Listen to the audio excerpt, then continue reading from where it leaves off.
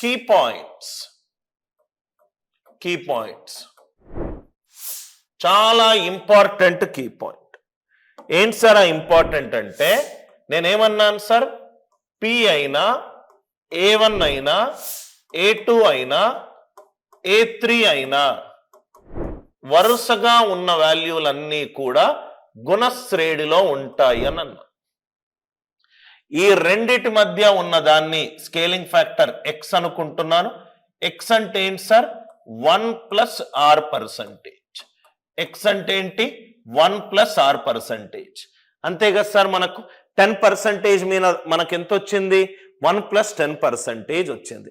X is 1+r%. నవ్వు ఇక్కడ చూడండి సార్, ఏ అనేది ఏమవుతుంది, ఏ అనేది p ఇంటూ ఎక్స్ అవుతుంది. A2 అనేది ఏమవుతుంది, A1 ఇంటూ ఎక్స్ అవుతుంది. ఎందుకంటే అవన్నీ గుణశ్రేణిలో ఉన్నాయి కదా. A3 కావాలి అని అంటే A2కి ఎక్స్ జోడిస్తే చాలు, A1 వాల్యూ ఎంత, p ఇంటూ ఎక్స్ అంటే p into X square. A2 value ఎంత, p into X square into X cube, p into X cube. అంటే మీరు అబ్జర్వ్ చేస్తే an వాల్యూ ఎంత, A2 వేసుకుంటే p ఇంటూ ఎక్స్ స్క్వేర్ వచ్చింది, A3 వేసుకుంటే p ఇంటూ ఎక్స్ క్యూబ్ వస్తుంది, an వేసుకుంటే p into X power n వస్తుంది. ఎక్స్ అంటే ఎంత సార్, 1+r%. అందుకే మనకు టెక్స్ట్ బుక్ లో మొత్తము కావాలి అని అంటే అసలు ఇంటూ 1+r% పవర్ n ఉంటుంది. అసలు ఇంటూ 1+r% పవర్ n ఉంటుంది. ఈ ఫార్ములా ఎలా డెరైవ్ అయింది అందరికీ అర్థమైంది అనుకుంటా. ఎందుకంటే ఇవన్నీ గుణశ్రేణిలో ఉన్నాయి సార్.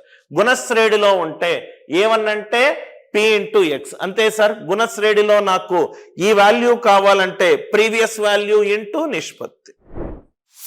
A2 కావాలి అని అంటే A1 ఇంటూ ఎక్స్, A3 కావాలి అని అంటే A2 ఇంటూ ఎక్స్. A1 బదులు p ఇంటూ ఎక్స్ పెట్టుకున్నాను, p into X square. A3 పెట్టుకుంటే p into X square into X, p into X cube. A3 పెట్టుకుంటే p ఇంటూ ఎక్స్ క్యూబ్ వచ్చింది. an పెట్టుకుంటే ఇక్కడ 3 ఉంటే ఇక్కడ 3 ఉంది, ఇక్కడ n ఉంటే ఇక్కడ కూడా n ఉంది. an ఏమవుతుంది, p into X power n. Formula ఎలా వచ్చింది, లాజిక్ తెలుసు కాబట్టి ఫార్ములా డెడ్యూస్ చేశాం. ఫస్ట్ పాయింట్ అందరికీ క్లియర్ అయింది అనుకుంటా.